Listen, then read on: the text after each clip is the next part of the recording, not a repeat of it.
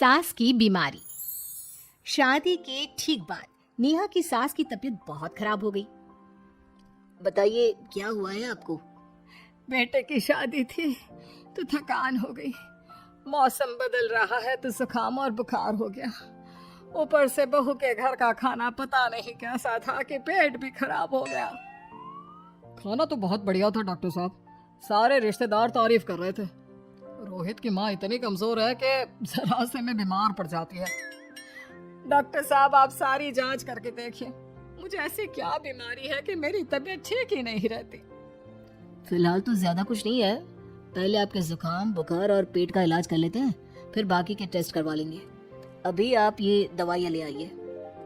पिताजी मैं डॉक्टर साहब को छोड़कर और दवाइयाँ लेकर आता हूँ। माँ जी तो बीमार थी, इसलिए नेहा ने किचन संभाल लिया। माँ जी अब आपकी तबीयत कैसी है? पहले से ठीक है। आप बैठिए, मैं खाना लगाती हूँ।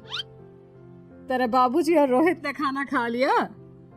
रोहित तो टिफिन लेकर ऑफिस गए हैं माँ, और बाबूजी ने खाना खा लिया है। आप शुरू कीजिए। यह क्या, खाने में इतना तेल इतने मसाले? अरे अभी अभी तो तबीयत ठीक हुई है मेरी, तुम क्या मुझे वापस बीमार करना चाहती हो? नहीं माँ जी, ऐसा नहीं है। क्या हुआ? देखो ये बहू ने कैसा खाना बनाया है। खाना तो बहुत ही स्वादिष्ट था। अरे मैं ये खाना खाऊंगी तो बीमार हो जाऊंगी ना। बहू को अभी पता नहीं ना तुम्हारे बारे में, रोहित समझा देगा उसे। देख बहू, अच्छे से समझ लेना कि इस घर में कैसा खाना बनता है। हाँ माँ जी, मैं समझ लूंगी, लेकिन अभी आप कुछ तो खा लो। ये खाना खा लूंगी तो कल का खाना खाने के लिए बचूंगी भी नहीं। सास की बातें सुनकर नेहा उदास हो गई। उसने रोहित के घर आती ही उससे माँ जी के खाने के बारे में पूछा। आज माँ जी ने मुझे खाने के लिए बहुत बुरा भला कहा। माँ को मसालेदार और तेल घी वाला खाना सूट नहीं करता, वो बीमार पड़ जाती हैं।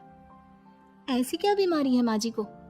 पता नहीं, आज तक कई डॉक्टरों को दिखाया, कितने टेस्ट करवाए, लेकिन कोई बीमारी पकड़ में ही नहीं आई। नेहा को कुछ समझ में तो नहीं आया, लेकिन उसने अपनी सास के हिसाब का खाना बनाना सीख लिया। माँ जी आज तो खाना ठीक है ना? खाना तो ठीक है, लेकिन ये मुआ रेडियो क्यों चल रहा है इतनी तेज आवाज में? वो माँ जी मैं अकेले काम करते करते बोर हो रही थी ना, तो टाइम पास करने के लिए चला दिया। तेरे इस टाइम पास के चक्कर में मेरा सर दर्द से फटने लगा है। तेज आवाज से मुझे माइग्रेन हो जाता है। सॉरी माँ जी, मुझे पता नहीं था। तुम्हें जब तक सब पता चलेगा तब तक मैं तो भगवान के पास ही पहुंच जाऊंगी। नहीं नहीं, ऐसा मत कहिए ना माँ जी। अब मैं कहीं भूख से ही ना मर जाऊं। खाना मेरे कमरे में रख दो। बेचारी नेहा, उस दिन उसे बहुत दुख हुआ। नेहा तुम रो क्यों रही हो? आज माँ जी ने मुझे बहुत बुरा भला कहा, मैं तो सिर्फ रेडियो सुन रही थी। ओहो, तुम माँ की बातों का बुरा मत मानो, उन्हें तेज आवाज से सर दर्द होने लगता है, दर्द की वजह से बोल दिया होगा कुछ। लेकिन मुझे तो ये सब पता ही नहीं था ना, इसलिए बाबूजी ने मुझे पहले ही फोन करके सब कुछ बता दिया, और मैं तुम्हारे लिए ये हेडफोन लाया हूँ। अब तुम अपने गाने भी सुन सकती हो और माँ को परेशानी भी नहीं होगी। ये सिर्फ एक बात का हाल है, लेकिन माँ को तो हर चीज से परेशानी है। अब क्या कर सकते हैं, माँ बीमार ही इतनी रहती है। लेकिन माँ को ऐसी कौन सी बीमारी है? तुम्हें बताया तो था, किसी भी डॉक्टर को माँ की बीमारी समझ में नहीं आ रही। अब तुम भी ये सब सोचना छोड़ दो, ये हेडफोन लो और अपने पसंद के गाने सुनो।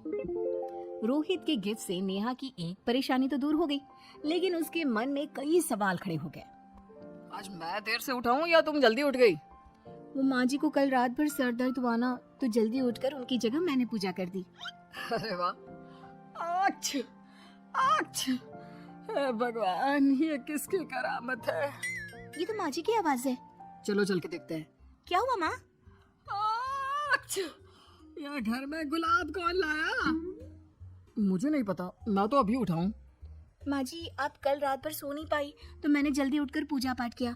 घर में फूल नहीं थे ना, तो मैं बाजार से गुलाब के फूल ले आई। नेहा, माँ को गुलाब के फूल की एलर्जी है। अब मुझे ये कैसे पता होगा?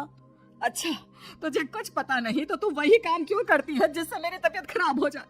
रोहित के बाबूजी, ये बहू मेरी जान लेना चाहती है। माँ जी मुझे ऐसा करके क्या मिलेगा? वो तो तुझे ही पता, लेकिन कुछ तो है। रोहित की माँ बस करो, बेचारी बहू को कुछ पता ही नहीं है, बस इसलिए उससे गलती हो जाती है। जाओ तुम कमरे में। बहू, तुम रोहित की माँ का बुरा मत मानो। वो अपनी बीमारियों से इतनी परेशान है कि उल्टा सीधा बोल देती है। नहीं नहीं बाबूजी, मुझे बुरा नहीं लग रहा, मुझे चिंता हो रही है माँ जी की बीमारी की।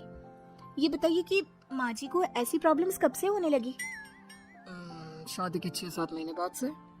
बाबूजी, तब घर का माहौल कैसा था? अरे बड़ा पूरा परिवार था। मेरे बाबूजी, माँ, काका, काकी, मेरे दोनों बड़े भाई, दोनों भाभियाँ, दोनों के 2-2 बच्चे हैं, एक छोटा भाई और एक बहन, सब साथ रहते थे। इतना बड़ा परिवार? हाँ, मैं जब 10 साल का हुआ ना, तब पापा का ट्रांसफर यहाँ हुआ। उसके पहले तक तो हमारी जॉइंट फैमिली ही थी। और माँ जी किस चीज से बीमार पड़ जाती हैं? जब तेज गर्मी हो, ठंड हो या ज्यादा बरसात हो जाए।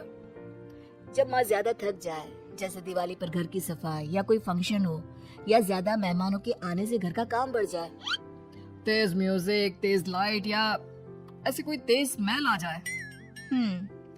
तो माँ जी की ये बीमारी ठीक हो सकती है। कैसे? सब पता चल जाएगा। आप कल माँ जी की टेस्ट रिपोर्ट लेने जाने वाले हो ना? हाँ। तो सुनिए क्या करना है। अगले दिन रोहित माँ जी की रिपोर्ट्स लेकर आता है। माँ, बाबूजी, नेहा। अरे क्या हो गया रोहित? माँ जी की रिपोर्ट आ गई है। कुछ सीरियस है क्या? जिसका डर था वही हुआ। अरे गोल गोल बातें मत कर, सीधी तरफ बता बेटा, क्या हुआ है मुझे? माँ, आपकी किडनी, लिवर सब फेल हो गया है। आपका दिल भी कमजोर हो गया है। डॉक्टर ने कहा है कि आपके पास सिर्फ 1 महीना बचा है। ये क्या बक रहा है? ऐसा हो ही नहीं सकता। मुझे लग ही नहीं रहा कि मैं इतनी बीमार हूँ।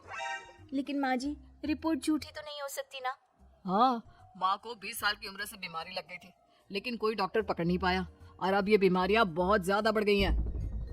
हाँ रोहित की माँ, तुम्हें याद है शादी के 6 महीने बाद से तुम बीमार रहने लगी थी। अरे लेकिन वो अलग था, मुझे ऐसी कोई बीमारी नहीं हो सकती। ये तुम कैसे कह सकती हो माँ? हाँ, तुम उस वक्त बीमार पड़ी थी ना, और अब डॉक्टर भी यही कह रहे हैं, तो सच ही तो होगा। और आप तभी से बीमारी तो रहती आई हैं। अरे लेकिन तब मैं बीमार थी ही नहीं। क्या मतलब? अरे तब मैं बीमारी का नाटक करती थी, मुझे कुछ नहीं हुआ था। ये क्या बोल रही हो? हाँ, घर में इतने सारे लोग थे और सबसे छोटी बहू मैं थी, तो सारा काम मुझे करना पड़ता, इसलिए काम से बचने के लिए मैं नाटक करने लगी। लेकिन आपको अभी भी वही बीमारियां होती है ना माँ? हाँ, अगर नाटक था तो ये प्रॉब्लम तुम्हें अभी क्यों होती है? इसका जवाब मैं देती हूँ। माँ जी कई महीनों तक नाटक करती रही, इसलिए इनके दिमाग ने धीरे धीरे इस झूठ को सच मान लिया और इनका दिमाग उन बीमारियों का एहसास कराने लगा। हैं? ऐसे भी होता है क्या? हाँ माँ जी, इसे प्लेसिबो इफेक्ट कहते हैं।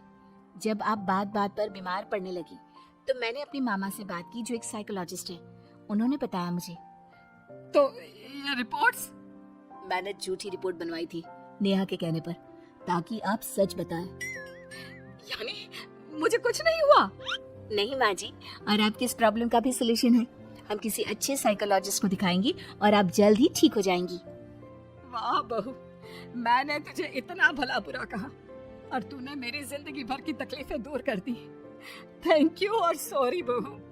अरे मुझे भी तो सॉरी कहो, पूरी जिंदगी तुम्हारी सेवा की है, वो भी झूठ मूठ की बीमारी के लिए। हाँ हाँ, आप भी माफ कर दो मुझे, बस सॉरी। तो इस तरह नेहा ने अपनी सास की बीमारी पकड़ भी ली और ठीक भी कर दी।